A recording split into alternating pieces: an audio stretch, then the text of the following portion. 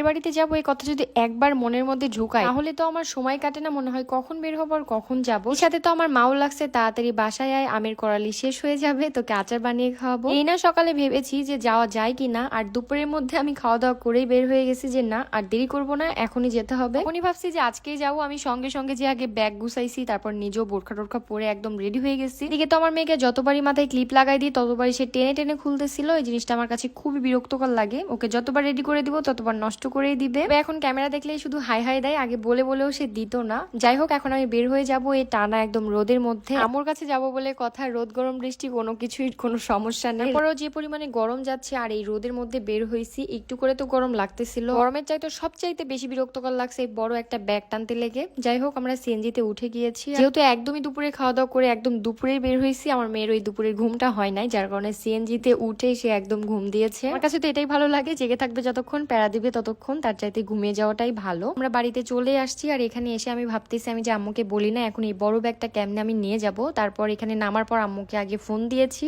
তারপর ওই তো আম্মুরা আসতেছে এদিকে, তার নানুমণিকে দেখে একটা দিয়েছে সে দৌড়।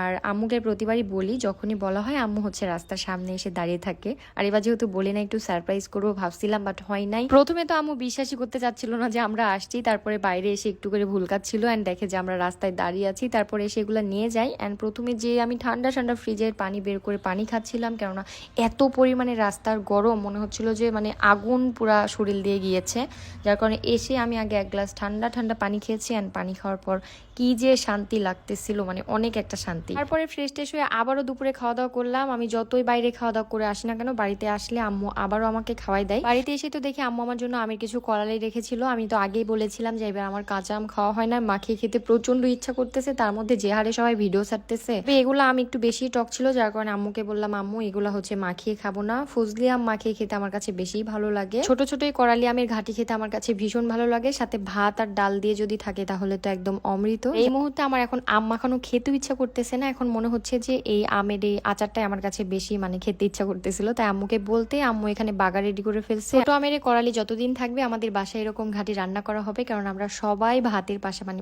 ভাত আর তরকারির পাশাপাশি আমের ঘাটিটা নিয়ে খাই। মানে অন্যরকম একটা টেস্ট লাগে, মুখের রুচি না থাকলে বিশ্বাস করেন এটা খেতে এত ভালো লাগে, ভাতের সাথে অনায়াসে ভাত খেয়ে ফেলা যায়।